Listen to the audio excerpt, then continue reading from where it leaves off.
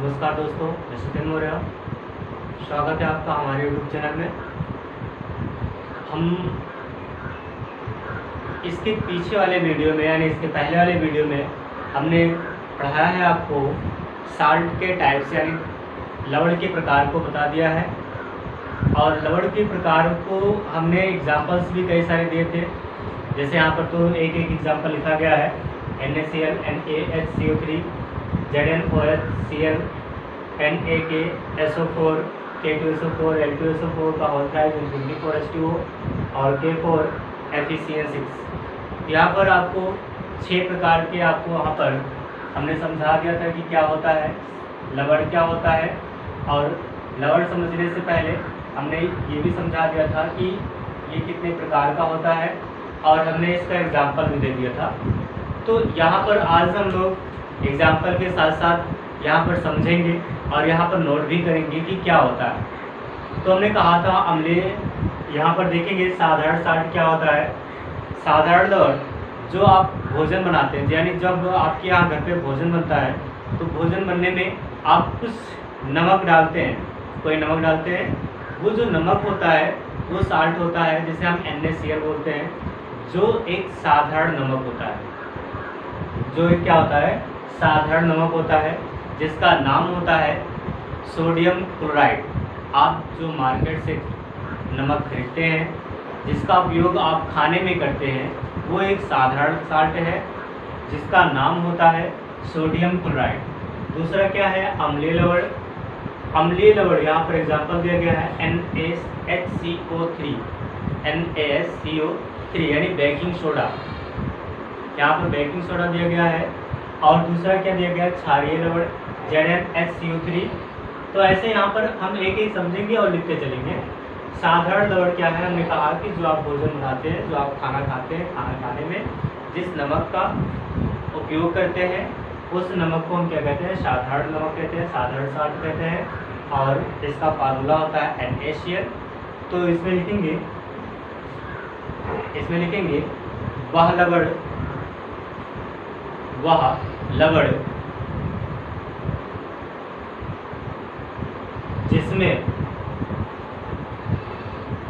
जिसमें हाइड्राइड अथवा hydroxide, hydride यानी H+ आयन। हाइड्राइड मतलब क्या होता है, H+ ion. Hydride and hydroxide यानी OH- आयन, OH- आयन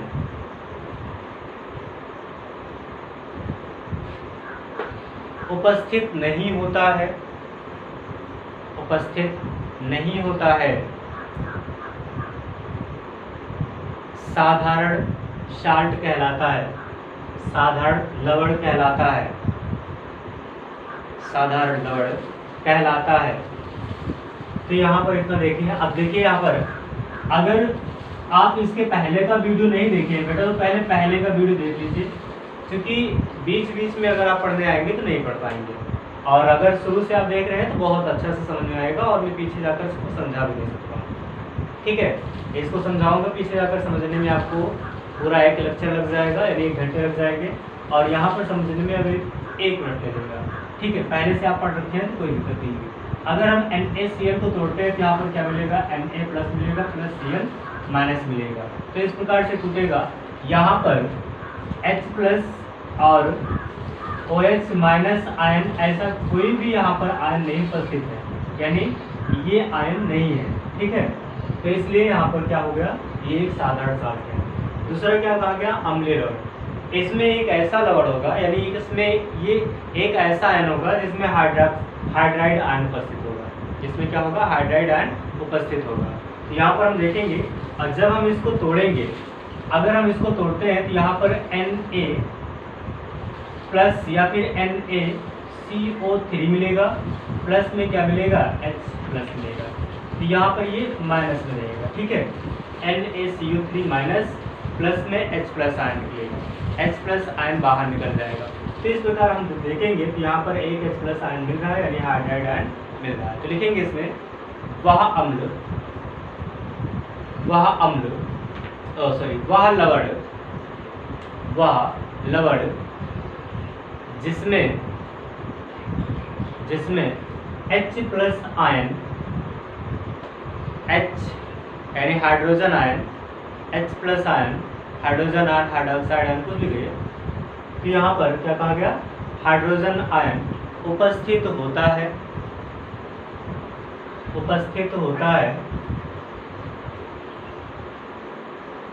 क्या कहलाएगा, अम्लीय लवण कहलाता है, अम्लीय लवण कहलाता है। दूसरा क्या है, क्षारीय लवण है। क्षारीय लवण क्या होगा, जब भी हम इसको तोड़ेंगे तो यहाँ पर देखिएगा, अगर ये टूटेगा तो टूटेगा आपका ZnCl। अब ZnCl है तो ये टूटेगा किसमें, प्लस में, और OH माइनस है तो ये माइनस के रूप में, यहाँ पर OH क्या हो जाएगा, माइनस के रूप में बाद में। यानी ऐसा लवण जिसमें हाइड्रोक्साइड आयन उपस्थित होता है, OH माइनस उपस्थित, कोई भी आपको साल्ट मिले, कोई भी आपको लवण मिले, उसको आप तोड़ कर देखिए, अगर वहाँ से आपका H प्लस OH माइनस ऐसा कुछ भी मिलता है तो आप तुरंत जान जाइए कि वो अम्लीय है, क्षारीय। अगर H प्लस मिल रहा है तो अम्लीय है, अगर OH माइनस मिल रहा है तो क्षारीय है। इस प्रकार से आप लवण को वहाँ पर पहचान सकते हैं। यहाँ पर लिखेंगे वह लवण जिसके जलीय अपघटन में OH माइनस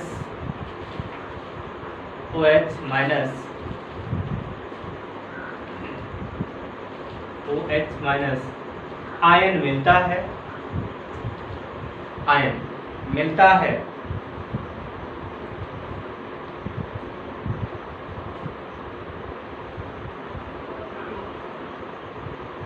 मिलता है, क्या कहलाएगा, क्षारीय लवण कहलाता है, क्षारीय लवण कहलाता है।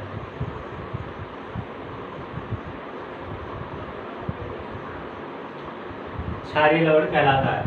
अब यहाँ पर देखिएगा, क्षारीय लवण की बात क्या होगा, अगर हम इसको तोड़ेंगे यहाँ पर तो एक टूटेगा Na प्लस में, प्लस किस में टूटेगा, K प्लस में, प्लस किस में टूटेगा, SO4 डबल माइनस।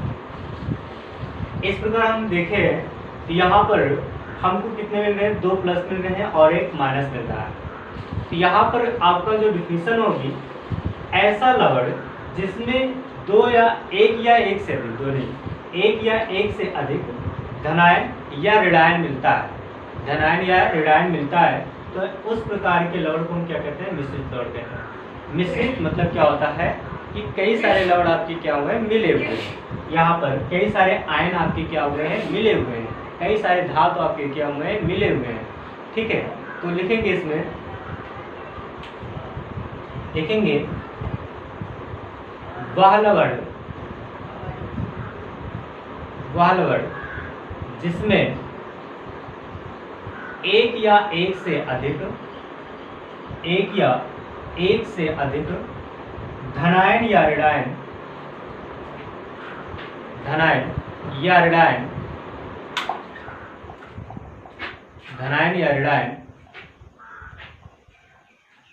होता है, उपस्थित होता है, मिश्रित लवण कहलाता है। एग्जाम्पल लिखना नहीं भूलेंगे आप लोग, एग्जाम्पल दिया गया तो एग्जाम्पल जरूर लिखिएगा। मिश्रित लवण कहलाता है।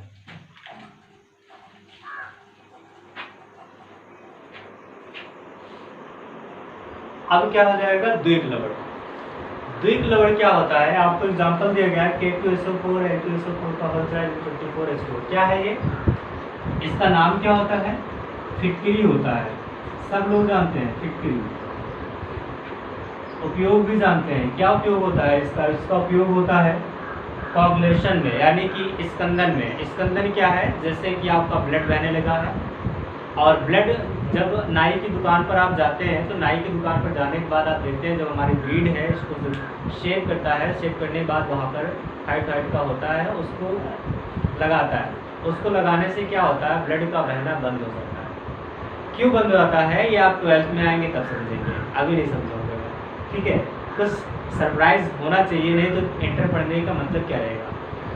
ठीक है, तो यहाँ पर ये हो गया और इसका एक उपयोग और होता है कि आप जैसे कि खाना बना रहा है, यानी कि आपको वो बनाना क्या कहते हैं, पनीर बनानी है, दूध से पनीर बनाना है, तो आप फिटकरी को डाल देते हैं तो दूध क्या होता है, फट जाता है, तो उसका कोagulation हो जाता है, उसका स्कंदन हो जाता है। ठीक है, तो यहाँ पर द्विक लवण क्या होगा, उपयोग तो जान गए। द्विक लवण क्या होगा, तो लिखेंगे इसमें वह लवण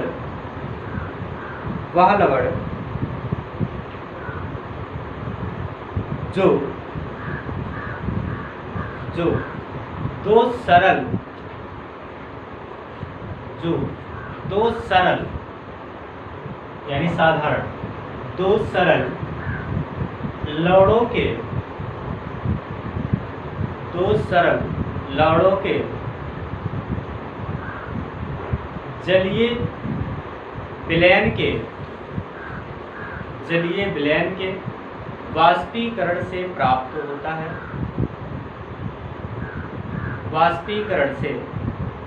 होता है।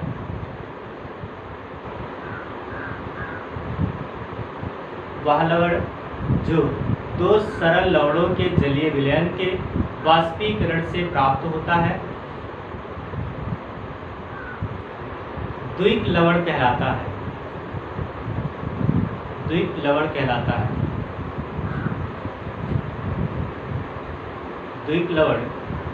है।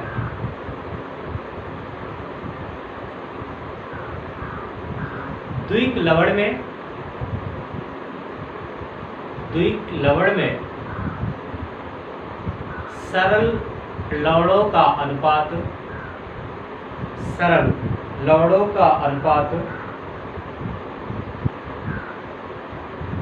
निश्चित होता है। द्विक लवण में सरल लवणों का अनुपात क्या होता है, निश्चित होता है। मतलब इसमें जो आपका लवण मिल रहा है, यानी कि दो सरल लवण मिल रहे हैं, जैसे K2SO4 मिल रहा है। K2SO4 में ऐसा H+ आयन OH- आयन नहीं है, ये मिल रहा है, तो इसके मिलने में क्या होगा, ये सरल लवण है, इसका अनुपात भी एक निश्चित होगा। Al2SO4 मिल रहा है, इसमें भी आपका कोई H+ आयन OH- आयन नहीं है। जब दोनों आपस में मिलेंगे तो क्या होगा, इनमें भी जो इनका अनुपात होगा वो क्या होगा, एक निश्चित होगा। इस प्रकार के लवणों से मिलने पर क्या होता है, द्विक लवण का निर्माण होता है। इसका दूसरा नाम भी होता है, आप जानते हैं, पोटास आलम, बताया गया था आपको। क्या नाम होता है, पोटास आलम होता है।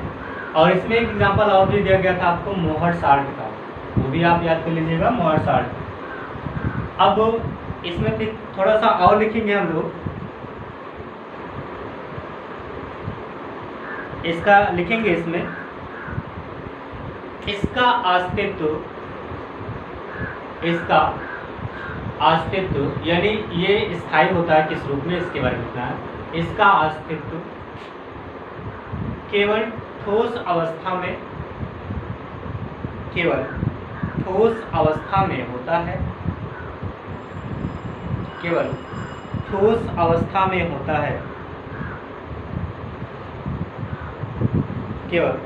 ठोस अवस्था में होता है।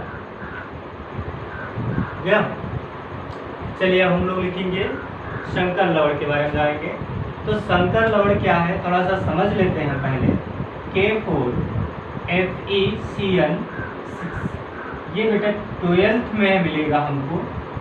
हमें पूरा एक चैप्टर पढ़ना पड़ेगा, उपसा संयोजन, तो इसमें हम पढ़ाएंगे आपको यहाँ पर K4FeCN6 के बारे में।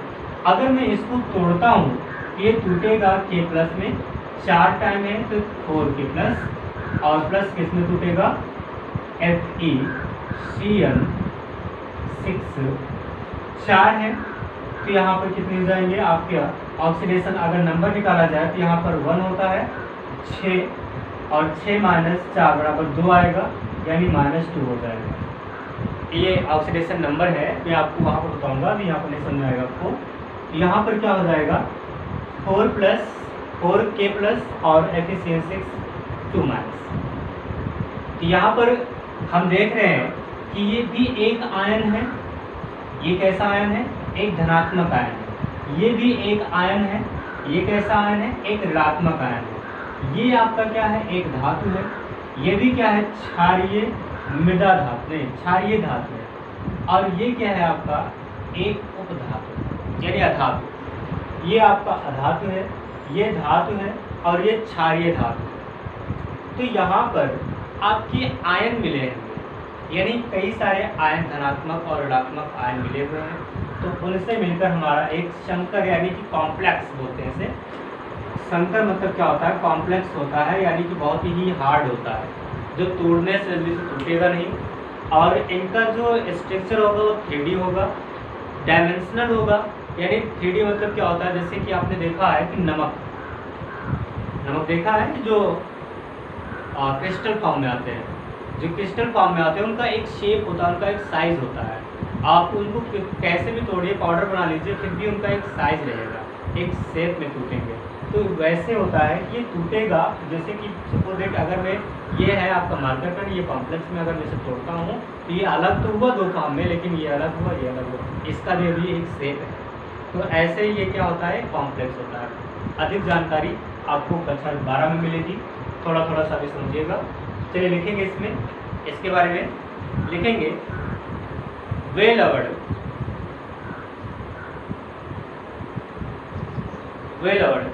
जिसमें आयन अथवा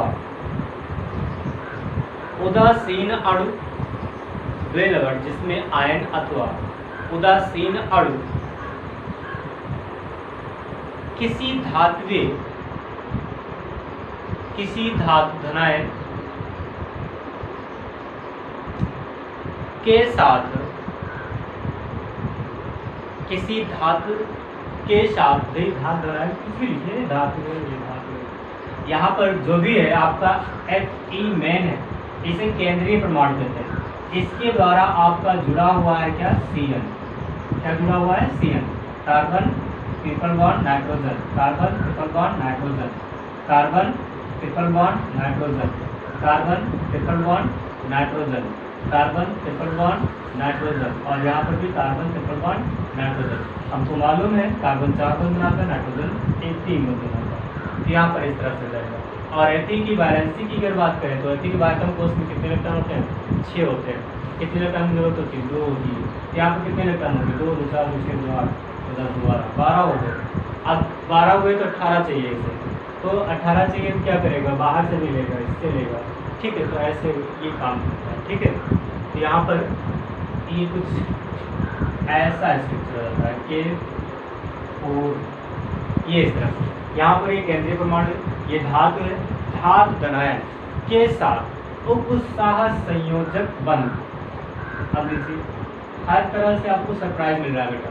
यहाँ पर मैंने क्या कहा शुरू में कहा कि आपका जो कोई भी अणु होगा, अणु आयन होगा या धातु होगा, वो धातु किसी भी अणु के साथ उपउत्साह संयोजक, इस बंध को जो तीर के द्वारा ये बंध दिखाया गया है, ये बंध जो तीर के द्वारा दिखाया गया है, इस बंध को हम बोलते हैं उपउत्साह संयोजक बंध, उपउत्साह संयोजक बंध बोलते हैं। इंग्लिश में कोऑर्डिनेशन बॉन्ड बोलते हैं। क्या बोलते हैं, कोऑर्डिनेशन बॉन्ड।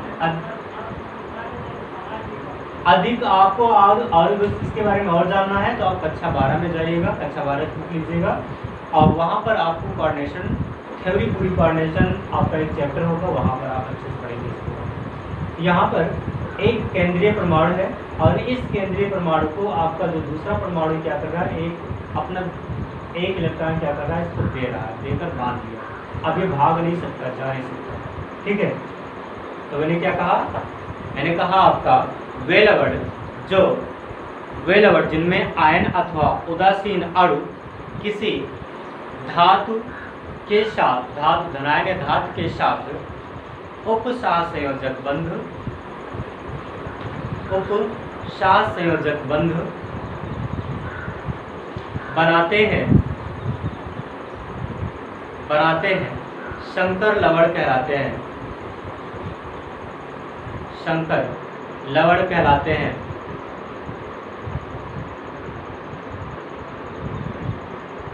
संकर लवण कहलाते हैं। हो गया। एग्जाम्पल भी आप लिख लीजिएगा। ऐसे कई सारे आपको एग्जाम्पल दिए गए हैं, पहले से आपको बता दिया गया है। ठीक है, चलिए आगे हम लोग को पढ़ना है। आगे जो हम लोग पढ़ेंगे वो होगा लवण जल अपघटन। तो इसका आपको स्क्रीनशॉट लेना है तो स्क्रीनशॉट ले लीजिए, मैं अरेंज कर दूंगा।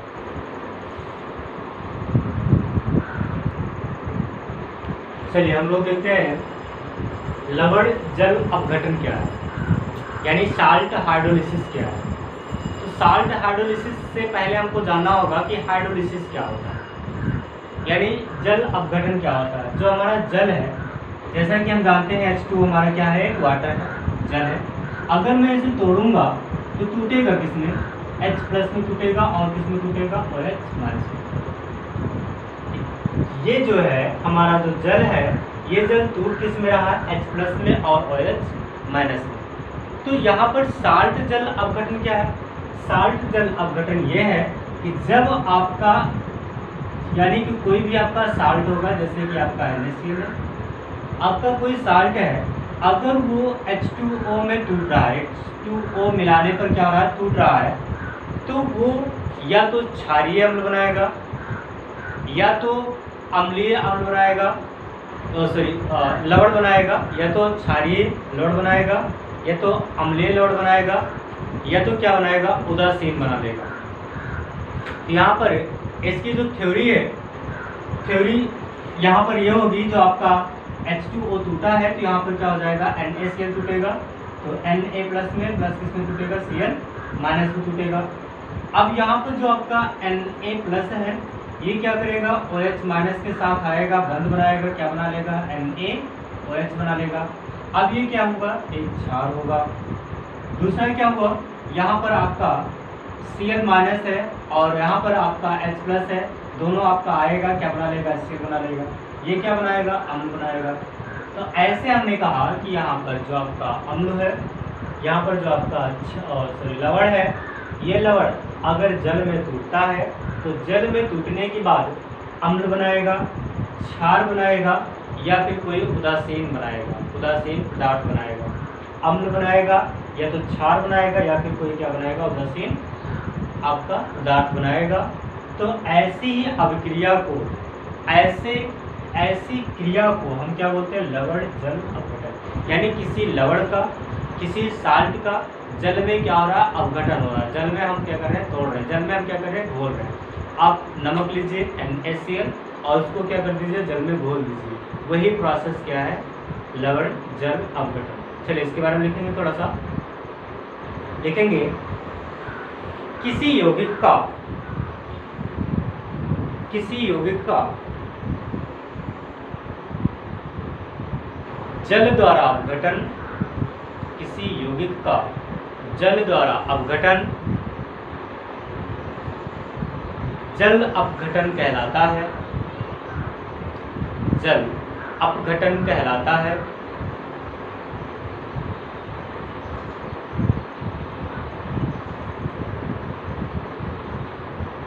हो गया। नई लाइन से डबल इंटू कॉमा में ब्लैक पेन से लिखिएगा, हाईलाइट कर लेंगे। नई लाइन से डबल इंटू कॉमा में लिखेंगे, इसमें वह अभिक्रिया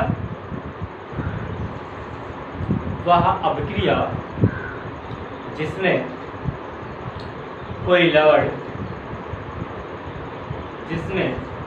लवण जल से अभिक्रित होकर, वह अभिक्रिया जिसमें कोई लवण जल से अभिक्रित होकर अम्लीय, क्षारीय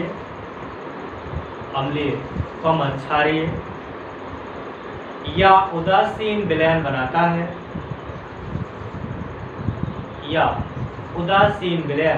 है,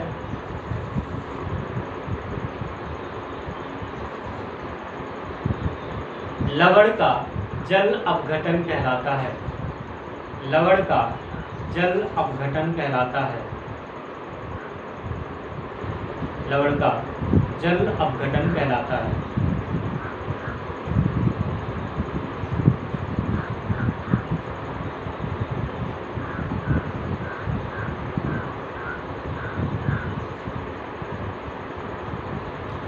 नई लाइन से लिखेंगे।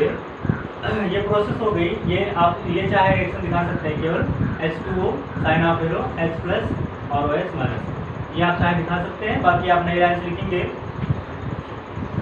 लवण जल अपघटन, लवण जल अपघटन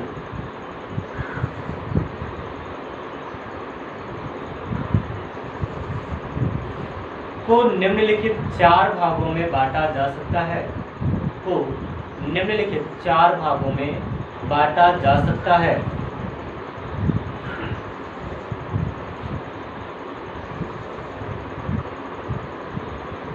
को बांटा जा सकता है। क्या कह रहा है? 4 भागों में बांटा जा सकता है। तो पहला भाग, पहली हेडिंग दीजिएगा। पहला भाग में यानी भाग नंबर 1 हम सीधा आपको हेडिंग के द्वारा पढ़ाएंगे, वहाँ पर डायरेक्ट अलग अलग नहीं पढ़ाएंगे। मतलब वो है कि अलग अलग समझाना तो समझा देंगे, एक साथ नहीं बताएंगे। यहाँ पर पहला होगा आपका पॉइंट नंबर फर्स्ट होगा दुर्बल अम्ल, दुर्बल अम्ल तथा प्रबल क्षार, प्रबल क्षार, दुर्बल अम्ल तथा प्रबल क्षार से बने लवण। कोई दुर्बल अम्ल होगा। अब दुर्बल अम्ल क्या है होगा यहाँ पर, और प्रबल क्षार होगा। कोई दुर्बल अम्ल लीजिए, ऐसा कोई अम्ल जो दुर्बल हो, जैसे कि आपने प्रबल अम्ल और दुर्बल अम्ल पढ़ा था, तो उससे बना कोई लवण हम ले रहे हैं। यहाँ पर है NaCO3, इससे बना एक लवण है सोडियम कार्बोनेट। क्या है? Sodium carbonate. सोडियम कार्बोनेट है, ये एक अम्ल है, तो ये एक लवण है। और इस लवण का हम क्या कराएंगे? जल अपघटन कराएंगे। तो जब इसका हम जल अपघटन कराएंगे तो यहाँ पर देखिएगा ये किस में टूटेगा? Na+ में टूटेगा और CO3- में टूटेगा। H2O अगर लेते हैं तो H2O किस में टूटता है? H+ में टूटता है और OH- में टूटेगा। तो यहाँ पर क्या बनेगा? ऐसा क्या प्रोसेस होगा? यहाँ पर बन जाएगा कार्बोनेट आयन, और यहाँ पर क्या बनेगा? सोडियम हाइड्रोक्साइड बन जाएगा। ये प्लस है, ये माइनस है, प्लस माइनस आपस में जुड़ेंगे, ये प्लस है और ये माइनस है, ये आपस में जुड़ेंगे। तो इसमें थोड़ा सा थ्योरी लिखेंगे हम लोग,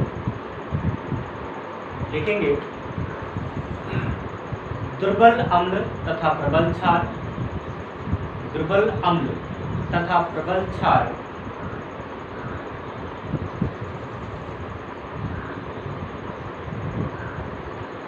दुर्बल अम्ल तथा प्रबल क्षार से बने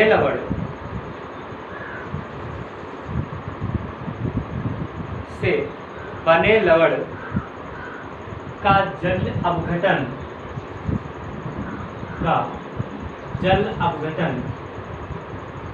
के द्वारा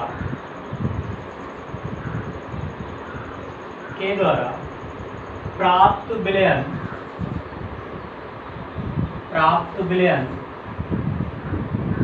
क्षारीय होता है।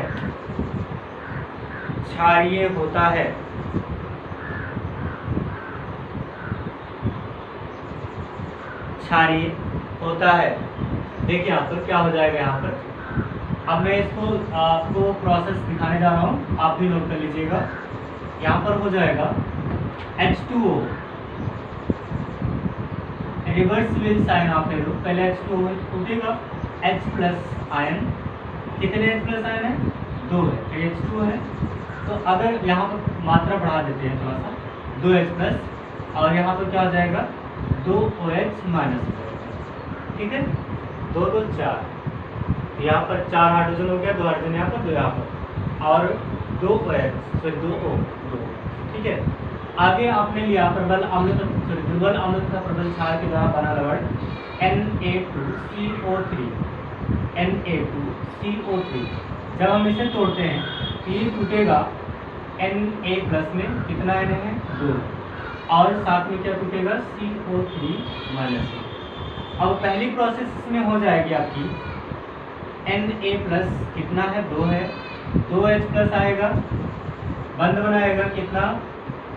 NaOH, और आपका है 2OH माइनस, प्लस में यहाँ पर क्या हो जाएगा, प्लस में CO3 माइनस। अभी गलत हो गया, हाँ प्रोडक्ट सही लिखा और यहाँ पर अभिकारक गलत लिखा है, तो H माइनस है और यहाँ पर H प्लस रहेगा, H प्लस क्या बनाएगा ये HCO3, क्या बनाएगा HCO3 बनाएगा। ठीक है, अब HCO3 तो बन गया, तो इसको बैलेंस कैसे करेंगे हम लोग, बैलेंस कर लेंगे, 2 हाइड्रोजन है, 2 हाइड्रोजन हो जाएगा, H2CO3 तो नहीं होगा, नहीं होगा, H2CO3 यहाँ आ जाएगा, क्या हो जाएगा H2CO3। तो इसके द्वारा बना पदार्थ, बना विलयन कैसा होगा, कहा गया क्षारीय होगा। ये क्या है, एक क्षार है NaOH, आप जानते हैं क्षार है, ये बाइकार्बोनेट है और बाइकार्बोनेट भी क्या होता है, एक क्षार होता है। तो इसका नाम क्या है, सोडियम हाइड्रोक्साइड होता है, सोडियम हाइड्रोक्साइड है। अच्छे से पढ़िए, ध्यान से पढ़िए, हर चीज़ को जानते रहिए। सोडियम हाइड्रोक्साइड क्या होता है, एक बेस यानी क्षार होता है, और ये क्या है, बाइकार्बोनेट है, कार्बोनेट है, और बाइकार्बोनेट भी क्या होता है, एक बेस होता है यानी क्षार होता है।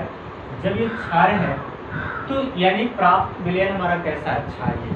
ठीक है, इतना ही आपको बताया गया कि जब दुर्बल अम्ल प्रबल क्षार के साथ बना हुआ का कोई लवण होगा, उसका जब ये अपघटन कराएंगे तो क्या होगा, क्षारीय विलयन होगा।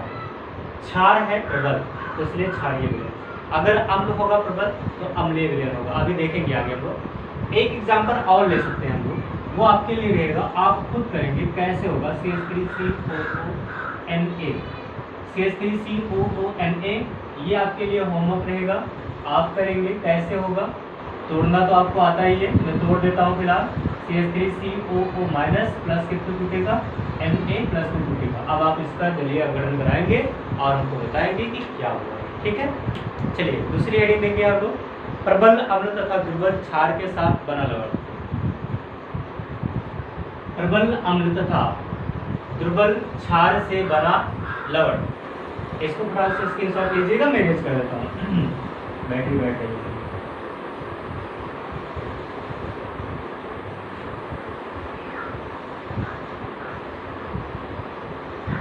क्या कहा गया, दुर्बल क्षार के साथ। पॉइंट नंबर सेकेंड है, पॉइंट नंबर सेकेंड, प्रबल अम्ल और दुर्बल क्षार। प्रबल अम्ल और दुर्बल क्षार के साथ कोई आप क्या लीजिएगा, लवण लेंगे तो उसका जल अपघटन कराएंगे। तो प्रबल अम्ल दुर्बल क्षार के साथ बना लवण होगा आपका NH4Cl, यानी कोई अमोनिया थी और आपका HCl था। ठीक है, अमोनिया और HCl था, उसको मिलाया गया और यहाँ पर एक लवण बनाया गया। तो यहाँ पर देखिएगा, जब हम इसका जल अपघटन कराएंगे तो क्या होगा, देखिए H2O होगा, ये टूटेगा, रिवर्सिबल साइन ऑफ एरो, टूटेगा H प्लस में और OH माइनस में। आपका NH4Cl है, ये टूटेगा NH4 प्लस में और Cl माइनस में। अब क्या होगा, यहाँ पर OH माइनस आएगा, NH4 से क्रिया करेगा, क्या बना लेगा, NH4OH, और यहाँ पर क्या होगा, Cl माइनस आएगा, H प्लस से क्रिया करेगा, क्या बना लेगा, HCl, यहाँ पर एक प्लस चार्ज आ जाएगा। ठीक है, कुछ इस तरह से अपक्रिया हो रही है। अब देखिए, ये भी आपका अम्लीय है, ये भी आपका अम्लीय है, तो इनके द्वारा बना विलयन कैसा है, अम्लीय विलयन है। तो चलिए नोट करेंगे हम लोग, लिखेंगे इसमें, प्रबल अम्ल तथा दुर्बल क्षार से बने लवण, प्रबल अम्ल तथा दुर्बल क्षार से बने लवण का जल अपघटन कराने पर अम्लीय विलयन प्राप्त होता है। अम्लीय विलयन प्राप्त होता है। जैसे जैसे जैसे नोट कर लेंगे आप, ये आपका एग्जांपल दिया गया है, ये इसको कहते हैं अमोनियम क्लोराइड, नाम होता है इसका अमोनियम क्लोराइड, नाम क्या है अमोनियम क्लोराइड। एक नाम और देते हैं इसे नौशादर, आगे चलेंगे पढ़ेंगे भी थोड़ा सा इसे नौशादर। और जानते हैं इसे क्या कहते हैं, कपूर कहते हैं। क्या हो गया H2O का मतलब सारी प्रोसेस हमने लिख दिया, आप उसका नाम लिख लीजिएगा। क्या बना है यहाँ पर अमोनियम हाइड्रोक्साइड बना है, नाम जरूर लिखिएगा अमोनियम हाइड्रोक्साइड। क्या है ये एसिड है बेटा, और यहाँ पर ये क्या है एसिड है, इसे कहते हैं क्या हाइड्रोजन क्लोराइड, सब एसिड है और बना हुआ विलेन हमारा कैसा है एसिड है। ठीक है, इतना हो गया। सब के सब कैसे रहेंगे एक्वस में रहेंगे, सब आपका क्या रहेगा एक्वस में रहेगा। ठीक है, ये चीज नहीं भूलेंगे। चलिए तीसरी हेडिंग दीजिएगा, दुर्बल अम्ल तथा दुर्बल क्षार के साथ बना विलेन, बना लवण। दुर्बल अम्ल तथा दुर्बल क्षार के साथ बना लवण,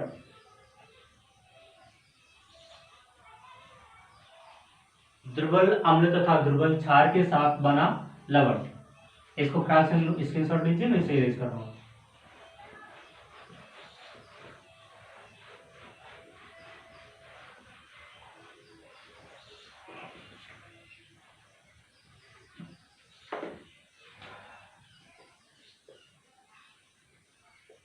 इस बार सारे दुर्बल हैं, तब देखते हैं क्या बनेगा। तो इसमें कोई ऐसा लवण लेंगे, हम लोग लेंगे CH3COONH3, ये तो दिया गया एग्जाम्पल देखिए, हाँ CH3COONH4 दिया गया है, 3 नहीं 4। ठीक है, चलिए इसमें लिखेंगे हम लोग थोड़ा सा लिखेंगे दुर्बल अम्ल तथा दुर्बल क्षार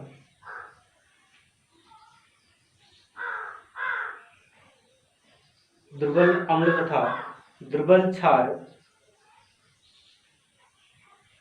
से प्राप्त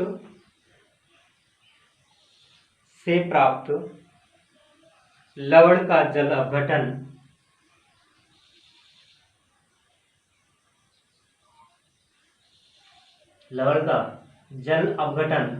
कराने पर प्राप्त विलयन अम्लीय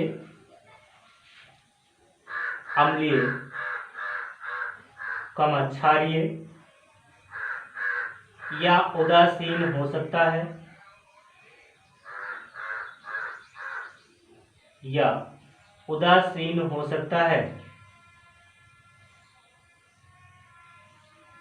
यह अम्ल व क्षार की अपेक्षित प्रबलता पर निर्भर करता है।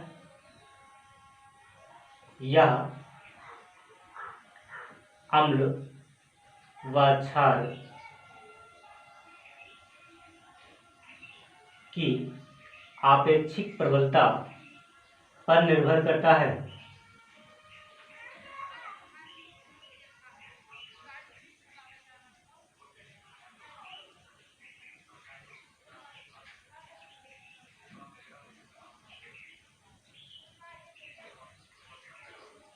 हो गया। चलिए इसमें हमने एग्जांपल दिया है आपको CH3COONH4। तो CH3COONH4 का अगर एग्जांपल दिया गया है तो इसमें जो हमारा प्रोडक्ट हो जाएगा बेटा, ध्यान देंगे, तो अगर हम इसको तोड़ते हैं तो किस में टूटेगा CH3COO माइनस में, प्लस किस में टूटेगा NH4 प्लस में टूटेगा।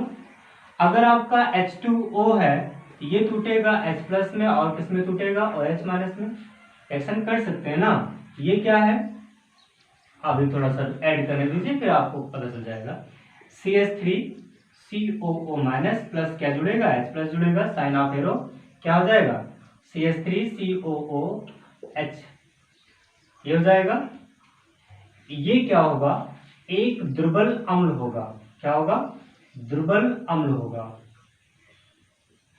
दूसरा क्या हो जाएगा हमारा, NH4+ और OH माइनस आयन, तो ये मिलेगा तो आपका क्या बनाएगा, NH4OH। और ये क्या हो जाएगा, दुर्बल क्षार हो जाएगा। ये दुर्बल क्षार हो गया। दुर्बल क्षार और दुर्बल अम्ल है, एक एक आयन है यहाँ पर, यानी कि एक यहाँ पर H+ आयन है और यहाँ पर एक H+ आयन है, यहाँ पर एक H+ आयन है और यहाँ पर एक OH- आयन है। मतलब आयनों की संख्या बराबर है, और आयनों की संख्या बराबर होने के साथ साथ हम ये भी देख रहे हैं कि यहाँ पर दुर्बल अम्ल है और दुर्बल क्षार है, यानी सब दुर्बल है। अभी इसके पहले जो हमने एग्जाम्पल लिया था उसमें एक दुर्बल अम्ल और एक दुर्बल क्षार था, सॉरी दुर्बल अम्ल और एक प्रबल क्षार होता था, और एक प्रबल अम्ल एक दुर्बल क्षार होता था। जब प्रबल अम्ल होता था तो प्राप्त विलयन हमारा कैसा होता था, अम्लीय होता था। लेकिन अब अगर उसमें प्रबल क्षार होता था तो प्राप्त विलयन हमारा कैसा होता था, क्षारीय होता था। अब यहाँ पर प्रबल कोई है ही नहीं है, सब दुर्बल है। जब दुर्बल है तो ये क्या होगा, उदासीन होगा। तो यहाँ पर नीचे से लिख लेंगे हम लोग, नीचे से लिख लेंगे अतः नीचे से लिखेंगे हम लोग अतः CH3COOH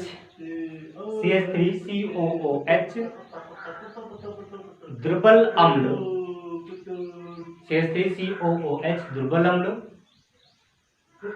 NH4OH minus, sorry minus नहीं होता, NH4OH दुर्बल क्षार है, दुर्बल क्षार है,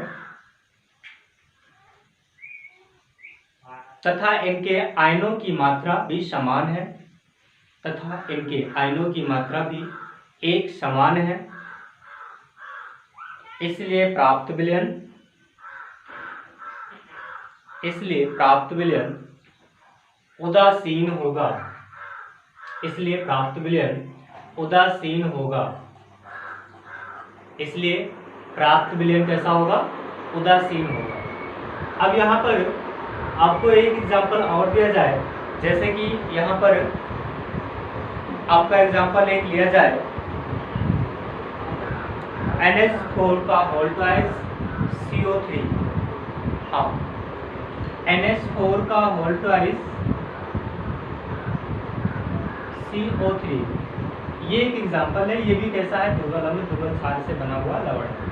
जब इसका जल अपघटन कराएंगे तो क्या मिलेगा हमको, यहाँ पर NH4 2 है प्लस में और CO3 क्या हो जाएगा, माइनस हो जाएगा। ठीक है, तो ये हो जाएगा। अगर मैं इसका जल अपघटन कराता हूँ तो H2O मैं लेता हूँ, H+ में और OH माइनस में टूटेगा। यहाँ पर बनेगा आपका NH4 2 है प्लस में OH माइनस, और क्या बना लेगा यहाँ पर NH4OH। अब यहाँ पर मात्रा भी बराबर कर दीजिए, 2 हो गया, यहाँ पर 2 हो गया। ये क्या है, एक दुर्बल, ये क्या है आपका, एक दुर्बल क्षार है। क्या है, दुर्बल क्षार है। आपका CO3 माइनस है और यहाँ पर क्या हो जाएगा आपका 2H+ हो जाएगा, क्या बना लेगा H2CO3। क्या है ये, दुर्बल नहीं होगा, ये प्रबल होगा। यहाँ पर दुर्बल अम्ल, हाँ दुर्बल अम्ल है, ये भी दुर्बल अम्ल है। यहाँ पर दोनों दुर्बल हैं, लेकिन क्या होगा, एक चीज यहाँ पर हमें डिफाइन ये करना होगा, यहाँ पर इनके आयनों की संख्या क्या है, अलग अलग।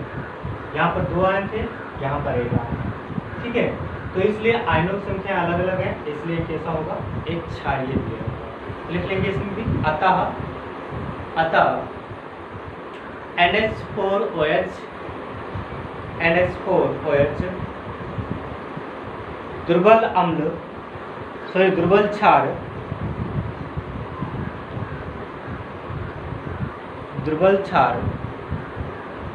तथा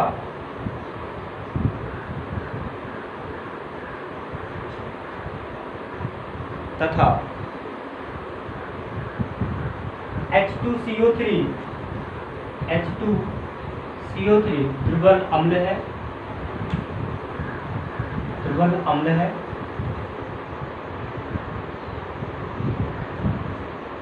NH4OH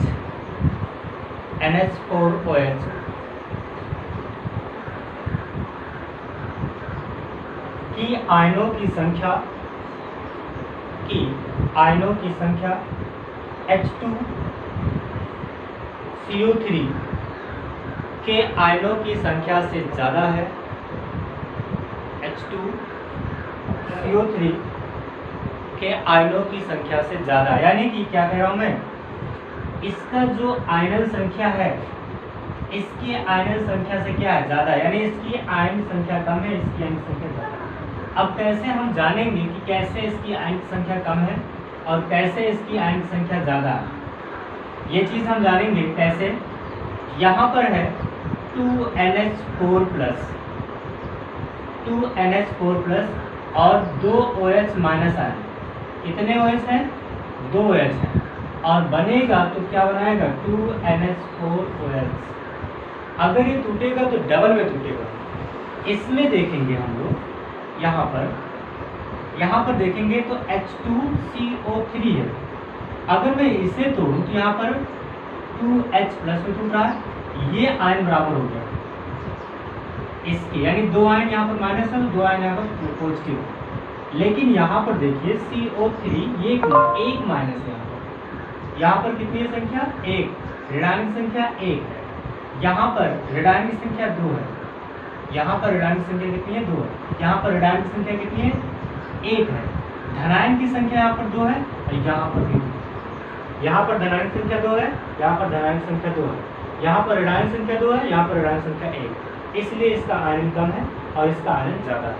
तो ये ऑब्वियसली जब इसका आयन ज़्यादा है, यानी इसका आयन ज़्यादा है, तो ये कैसा होगा? दुर्बल क्षार होगा। अतः प्राप्त विलयन क्षारीय होगा। नीचे लाइन से आप लिख लेंगे, अतः प्राप्त विलयन क्षारीय होगा। अतः प्राप्त विलयन कैसा होगा? क्षारीय होगा। ठीक है, आगे चौथी हेडिंग हम लोग देंगे, दुर्बल अम्ल हो गया, दुर्बल क्षार हो गया, दुर्बल अम्ल प्रबल क्षार हो गया, प्रबल अम्ल दुर्बल क्षार हो गया। अब हमारा क्या बचता है? एक चौथा हमारा बच रहा है, प्रबल अम्ल प्रबल क्षार से बने लवण। प्रबल अम्ल प्रबल क्षार से बने लवण, चौथा पॉइंट क्या हो जाएगा? प्रबल अम्ल प्रबल क्षार से बने लवण। लिखेंगे इसमें प्रबल अम्ल प्रबल क्षार से बने लवण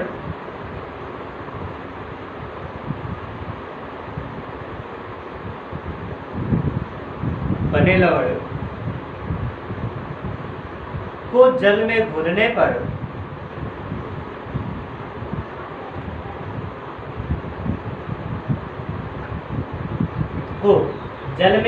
पर इसका आयनन तो हो जाता है, परंतु अभिक्रिया नहीं करता। अभिक्रिया यानी जल से क्रिया नहीं करता है, परंतु अभिक्रिया नहीं करता है।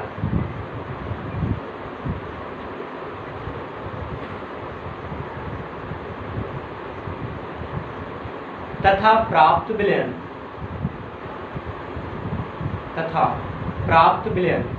उदासीन होता है। जैसे इसमें का एक उदाहरण है आपका NaCl का। ये साधारण साल्ट है। जब हम साधारण साल्ट को क्या करते हैं? H2O में घोलते हैं, पिघालते हैं, यानी घोलते हैं, तो क्या बनेगा? यहाँ पर Na+ और Cl- में टूट जाएगा, परंतु H2O से अभिक्रिया नहीं करेगा। जब H2O से अभिक्रिया नहीं करेगा तो यहाँ पर क्या होगा? प्राप्त विलयन हमारा कैसा होगा? उदासीन होगा। जैसे कि हम जानते हैं, जब आप नींबू पानी का घोल पीते हैं, तो नमक पानी का घोल पीते हैं, तो आपको टेस्टलेस लगता होगा, यानी उदासीन लगता होगा, उसमें कोई स्वाद नहीं आता होगा। आप ये नहीं ज़्यादा नमक डाल दीजिए तो फिर पता चलेगा नमक की मात्रा ज़्यादा है, लेकिन उसमें कोई स्वाद नहीं होता है। ठीक है, तो इस तरह से प्राप्त विलयन हमारा कैसा होगा? उदासीन। तो इतना रहा दोस्तों। आगे हम लोग कल पढ़ेंगे आपका लवण बनाने की प्रक्रिया जो होगी, साधारण लवण कैसे बनेगा और सोडियम हाइड्राइड मतलब लवण कैसे और क्या होते हैं, धावन soda, baking soda, washing soda, तो व्यंजक चूर्ण, ये सब जो हम पढ़ेंगे आगे कल पढ़ेंगे। आज के लिए इतना वो। हमारा ये वीडियो आपको कैसा लगा हमें कमेंट्स बॉक्स में जरूर बताइएगा, और अच्छा लगा तो प्लीज़ लाइक, सब्सक्राइब और शेयर जरूर कर दीजिएगा। Thank you.